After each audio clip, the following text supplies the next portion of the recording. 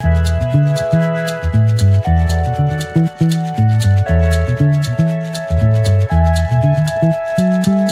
greetings everyone, and hope you're having a great time at the Windows Server Summit. We certainly are.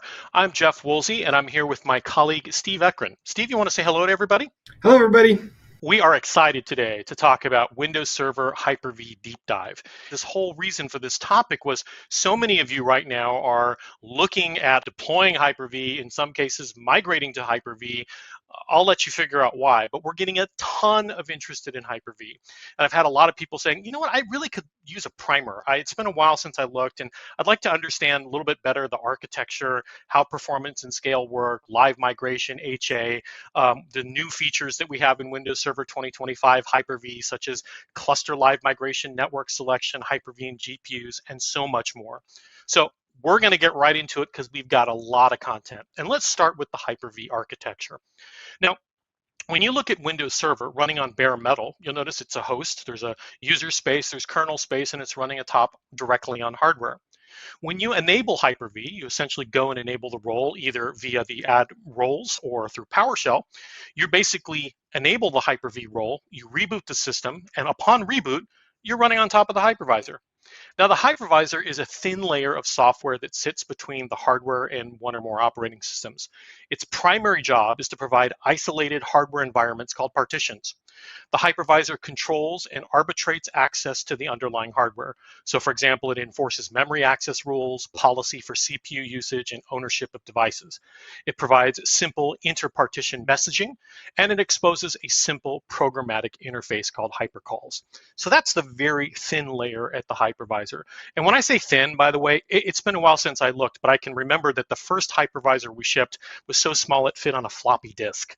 And for those of you who don't know what a floppy disk, do a quick internet search for that one. It was small. Let's actually go through and look at the architecture in the host or parent partition. And it starts with the virtual machine worker process. The worker process is a component that runs as vmwp.exe and is responsible for managing the execution of virtual machines on Hyper-V. Each running VM has its own instance of vmwp.exe, which handles tasks like resource allocation, device emulation, and communication between the VM and the host system. Below that, we have the VMMS, or the Virtual Machine Management Service. That's responsible for managing the state of virtual machines in child partitions. This service is used to create, delete, or manage virtual machines.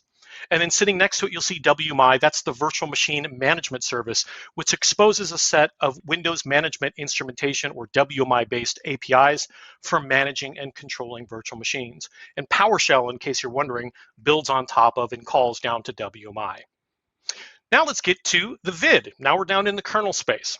So the virtualization infrastructure driver manages the interaction between the hypervisor and the virtual machines. Essentially, the VID is responsible for handling partition management services and virtual processor management services, memory management, and other low-level operations that allow VMs to function properly.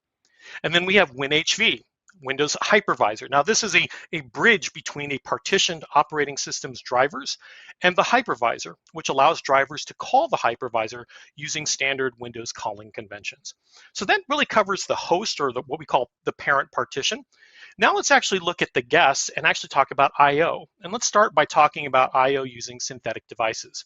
You'll see we have these things called VSCs, or virtualization service clients. In the VM resides a synthetic device called a VSC. The VSC utilizes hardware resources that are provided by the corresponding VSP in the host or parent partition. They communicate with the corresponding VSPs over VM bus to satisfy I/O requests. Now, in the host, we've got these VSPs, virtualization service providers. This resides in the parent and provides synthetic device support to child partitions VMs over virtual machine bus. For example, there are VSP and VSAs pairs for storage and networking. And VM bus is this channel-based or point-to-point communication mechanism between interpartition communication between VMs and the parent, okay? So let's suppose my application running in the VM needs access to something on the network. Here's how that I/O flows. From the application through the VSCs and I/O stack down to VM bus, where that I/O is delivered to VM bus in the host partition and to the corresponding network VSP in the host, down the host I/O stack to the hardware. So you can see that's how I/O travels when you're using normal synthetic devices. Now, we also have a more direct path, and that more direct path is handled through what we call single root I/O virtualization, or SR-IOV. SR-IOV is used for NICs as well as the new GPU feature in Windows Server 2025. SR-IOV is a technology that allows virtual machines in Hyper-V to directly access things like physical network adapters, bypassing the Hyper-V virtual switch.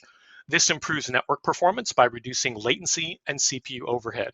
And here's how it works. You've got a physical function in the host, and the main function of this is that it manages the actual device. You use that to assign a virtual function to what's running in the guest. And a virtual function is a lightweight virtualized instance of this network adapter that are assigned to individual VMs, and they're completely isolated from each other. So they're getting dedicated hardware resources that are allocated to those VMs. So let's suppose my application, again, running in the VM, needs access to something on the network. Well, here's how that I/O flows. Instead of routing network traffic through the Hyper-V virtual switch, SR-IOV enables direct communication between VMs and the physical network adapter. Now, to enable SR-IOV in Hyper-V, your hardware has got to support it, and it needs to be enabled in the BIOS. You can check to see if your Hyper-V host supports SR-IOV using the PowerShell I've included here. Literally copy and paste parentheses get VM host.iov support, and it will respond with true or false. So that's how I/O looks from an SR-IOV perspective. And of course, here's what it looks like with a host and a couple of virtual machines. You'll notice that for the VMs that I've been talking about, I haven't mentioned whether these VMs are running Windows Server or Linux, and that's because it doesn't matter. Windows and Windows Server all have the drivers built into the platform, and we update those drivers through Windows Update. For Linux, the Hyper-V drivers and integration components are actually built into the mainline Linux kernel, and they're delivered with every release. Thus, every supported VM guest OS has the drivers built in. Keep it nice and simple. Okay, so this is the Hyper-V side. Now let's talk briefly about the virtual machines. One question I always get asked is, well, what's the difference between a Generation 1 and a Generation 2 virtual machine? Well, it has to do with the makeup of the actual virtual machine itself. You notice a Generation 1 VM, and it's got lots of legacy devices. For example, it's got an Intel PCI to ISA bridge. It's got a processor to PCI bridge or a PCI bus. Folks, you haven't used a PCI bus in a system in a long time. So the quick rule of thumb, always use Generation 2 VMs, always.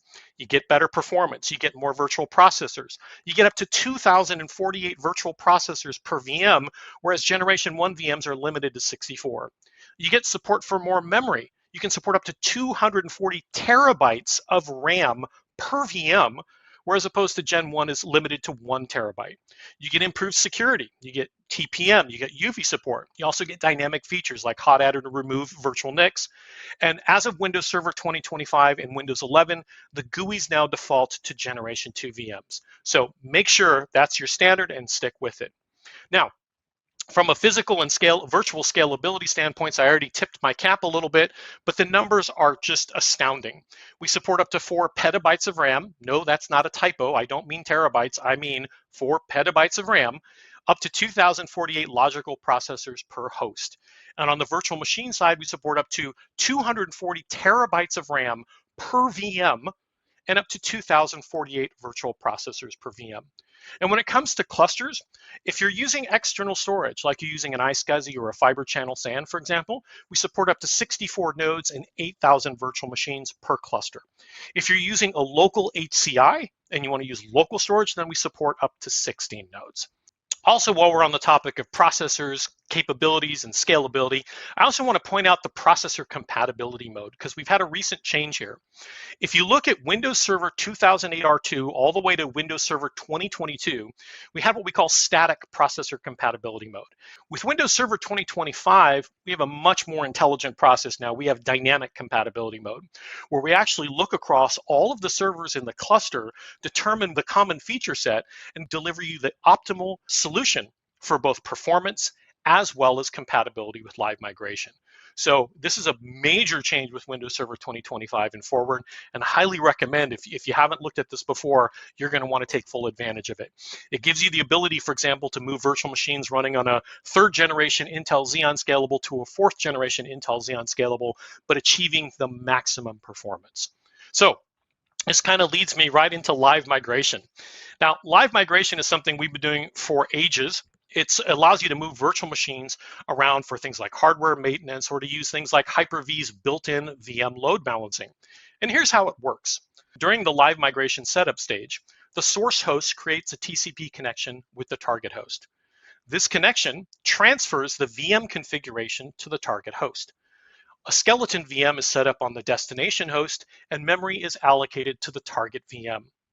Next, the memory assigned to the migrating VM is copied over the network from the source host to the target host, while the migrating VM continues to run. Hyper-V will iterate the memory copy process several times, with each iteration requiring a smaller number of modified pages to be copied. After the working set is copied to the target host, the next stage of live migration begins. And in this stage, a memory copy process that duplicates the remaining modified memory pages to the target host. The source host then transfers the CPU and device state of the virtual machine to the target host. You may have heard referred to as the brownout period. We get this working set really, really small and then move it to the target host. We then move the storage handle from one target to the next, and now we can bring the virtual machine online on the destination server and begin running. Next, we've got Hyper-V with live migration compression. Hyper-V live migration is a technique that improves the speed and efficiency of virtual machine live migrations by compressing memory data before it transfers over the network. It works the same way as previously shown, except that memory pages are compressed, then transferred. This reduces the amount of data sent over the network, speeding up the migration process by about 2x. And this is the default live migration method.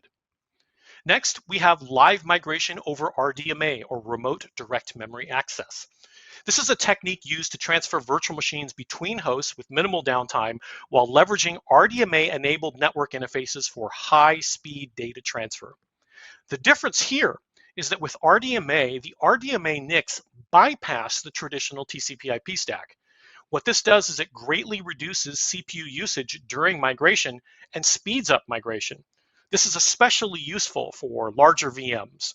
So that's live migration with RDMA.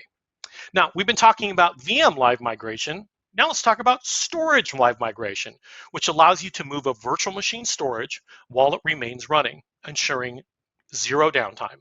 And this is useful if you want to perform maintenance or upgrade the underlying storage. Here's how it works. First, you've got the initial copy, where Hyper-V starts by copying the virtual hard disk from the source to the destination storage. Then, while the copy is in progress, any new disk writes are mirrored to both the source and destination. Once the initial copy is complete, Hyper-V then synchronizes any remaining changes between the two storage locations. And then you switch to the new storage. And the virtual machine is now using the new storage on the new target device. Finally, we've got shared nothing live migration. And this allows you to move a running virtual machine between two Hyper-V hosts without shared storage or clustering. This means the VM's compute and storage are transferred over the network while it remains operational, ensuring downtime. This is not high availability, just to be super clear here. This is for planned migration, but it's valuable for moving between standalone hosts or between different clusters. Here's how it works. Hyper-V begins by copying the VM's memory state to the destination host while keeping the original VM running. Then the virtual machine's hard disk is transferred over the network to the destination storage. Then we have the final synchronization, where any remaining memory changes are synchronized between two hosts. And then the VM is switched to the destination host and the original VM is removed. That is how shared nothing live migration works. Now, I've been talking about live migration, been talking about live storage migration, showing you the many options there, but I haven't mentioned HA. And of course, HA and live migration kind of go hand in hand. Of course, we have HA built in. Hyper-V HA is provided through clustering, which automatically moves VMs between nodes in a cluster when a failure occurs. And here's how it works. fact, this is how it's worked for a very, very long time. Suppose a physical server hosting a VM fails. That's okay. The VM will be automatically restarted on another node in the cluster. You don't do anything. That's handled completely by failover clustering. We, of course, have flexible storage support with iSCSI, Fiber Channel SAN. We got you covered with high availability and failover clustering. Now, one last thing on clustering before I pass this on over to Steve to talk about some awesome new other capabilities in clustering is priority, affinity, and anti-affinity. So when you do a failover, you may want to set the priority, affinity, and anti-affinity for VMs in the cluster. So priority determines the order in which roles are started when a node fails over.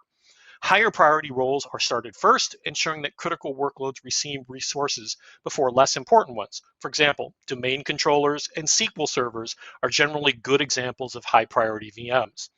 Then you've got affinity rules, which define where specific roles should run within a cluster. For example, if a role has an affinity role, it will prefer to run on a designated node or group of nodes. This is useful for optimizing performance by keeping related workloads together. Or maybe you want an anti-affinity rule. So with an anti-affinity rule, it ensures that specific roles do not run on the same node. This is useful for distributing workloads across multiple nodes to prevent resource contention or to improve fault tolerance. For example, two domain controllers might be configured with anti-affinity to ensure that they don't end up on the same node, reducing the risk of losing both in case of an even larger failure. All right, with that, Steve, I know that you have done a tremendous amount of work in Windows Server 2025. I hope I set the table talking about live migration and HA, and now I want you to talk about the new live migration and HA network selection. Oh man, Jeff, that was a great introduction and overview. I appreciate it. Let's talk about a couple things we're bringing in for Windows Server 2025. This one, live migration network selection logic, is specific for when you have Hyper-V running on failover clusters. All of our defaults on the failover cluster with Hyper-V is set to be the best for the average workload and configuration, but there might be times where tweaking your network configuration might be helpful. We've also done some improvements to the logic just to make everything work better. So one of the first concepts when we talk about network selection on a failover cluster is what is a cluster network? So a cluster network is defined by all the network interfaces that have the same subnet, IPv4 subnet configured. When you look at Failover Cluster Manager, you can see how the networks are configured. So here's Failover Cluster Manager. We're looking at the networks. You can see that there's two networks, Cluster Network 1, Cluster Network 2. And then on the right-hand side, there's an action called Live Migration Settings. And in this Live Migration Settings, you have a good visual representation of which network and in which order live migration will be able to go through. So in this case, Cluster Network 1 is at the top of the list. Cluster Network 2 is the second. If there was 20 networks, cluster networks defined, so different subnets, they would all be listed here. And you can adjust the order by just sliding them up and down. And then if for some reason you don't want one of these networks to handle live migration traffic, you just uncheck it. It's preferred if you keep as many checked as possible because we do have a lot of failover logic, redundancy in case one network becomes unavailable, we can switch over to the next preferred. But if there are networks you just want to keep the live migration traffic off of, you can uncheck it. I'm going to talk about a change we made, but the first thing I want to do is kind of talk about why we made the changes. I mean, failover clustering and live migration has been around since 2012, and everything works pretty well. But as we've moved on, we've had some new configurations come up that we need to account for. And we want to keep everything modern and work correctly. So the first one is, in the last few years, having cluster nodes connected directly instead of traffic going through switches is something that's come to prevalence. People find that it's easier to configure. You don't necessarily have to buy really expensive network switches, and you can just directly connect them and things work. But one of the things that's a challenge with the old logic is that if you were to do a live migration from one node to the other, say the top node to the bottom node, before Windows Server 2025, there'd be an ordered list. So we'd first try like the red.1 network, and it would wait 20 seconds. And when it failed, it would try the next one. So it would eventually find the right directly connected network, but there would be a long delay. When you're trying to evacuate a node and do a lot of live migrations, that can be adverse to getting a quick solution. One of the workarounds to this is to just set that live migration network order list to be the one that goes through the switch, and then also configure your live migration to use SMB. So if you don't have Windows Server 2025 yet, and you're using direct connected, what this will do is it will first find the other nodes. So if the top is the source and the bottom is the destination, the top one will be able to find over the switch network the destination, set up the live migration and track it. But the actual live migration through SMB will automatically and quickly select the correct valid network path between the nodes. So there's a workaround, but we'd like it to work better. The other thing that has come up is the prevalence of people having clusters that cross multiple sites, or for one configuration reason or another, there's no common network between a node in site 1 and a node in site 2. So we need some mechanism that instead of just using the ordered list, because in this case, none of those cluster networks will actually be defined here because the path goes across subnets. So you don't have a single subnet that has a source and destination if they're crossed between sites. What we've done to accommodate both of these configuration enhancements is we've added cluster smarts. When live migration kicks off, let's say is the source on the second node on site 1 and is trying to live migrate to the third node on site 2, there's no common cluster network. But what it does is live migration will send a message to the cluster saying, hey, here's my source. I have a VM here. I want to send it over to the destination server. Give me a list of all the valid network paths between these two machines. And the cluster already has a component called netft that is tracking every single valid routed and non-routed path between every single node. So when live migration asks the cluster, what are the valid paths, it will identify all of them and send back what the list is. Then Hyper-V will look on the networks the source has and say which one is the preferred one, if there's more than one, for me to use. And then it'll start the traffic and be able to complete the live migration between the nodes. That is really powerful, Stephen. Really powerful. It's a huge change, and it really helps make things just work in all of the configurations we support. Kudos to you and the team. And I know that you wrote a blog that's available as well for folks that want to learn even more. Yes.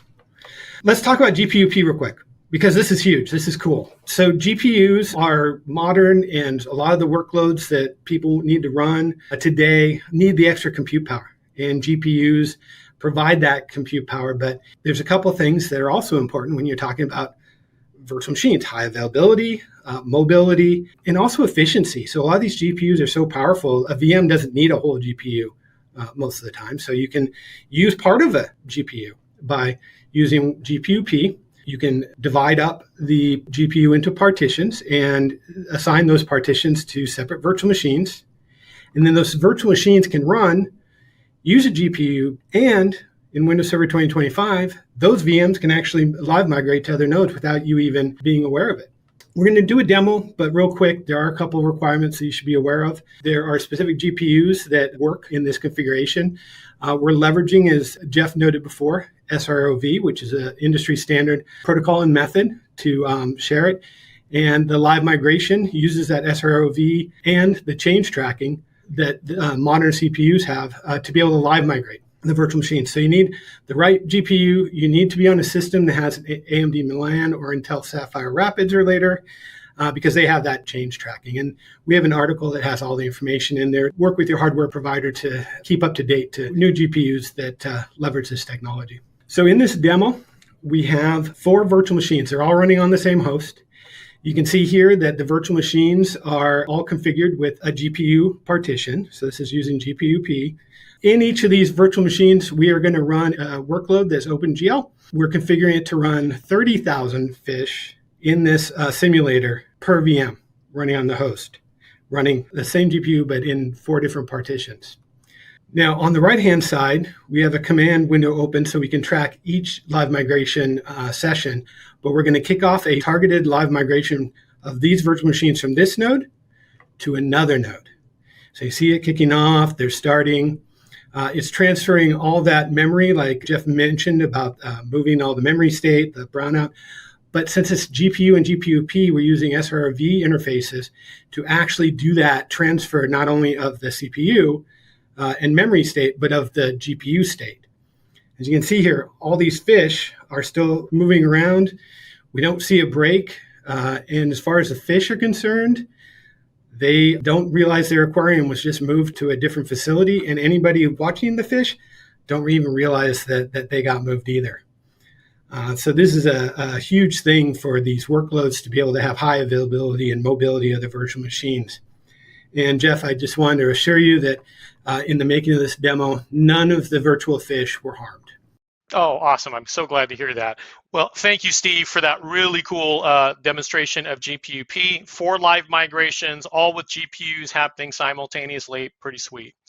Lastly, I want to take us home with a little bit on Hyper-V automation. One thing I wanted people to be aware of, because all this talk about Copilot and generative AI, I find myself using Copilot daily for a variety of different things. But of course, I've also been using it with Hyper-V, and it works really well because it's generative AI and PowerShell kind of go together like chocolate and peanut butter. So what types of things do you want to automate? Well, I want to be able to create a whole bunch of VMs. I want to create 5 VMs, 10 VMs with a specific configuration. I want to be able to modify VMs in mass. I want to be able to inventory. So folks, hop in the plane. We're going to take a quick flight with Copilot.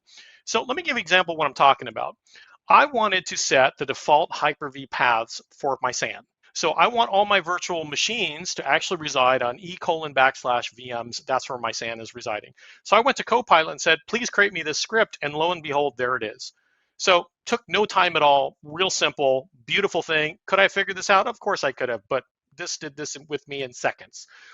So I said, okay, fine, that's an easy one. Let's ratchet this up. I want you to create 6 VMs for SQL Server. So here's the prompt. This is literally the prompt I put into Copilot. Create a PowerShell script to create 6 Hyper-V VMs. Each virtual machine should be created in its own folder located at e:\VMs.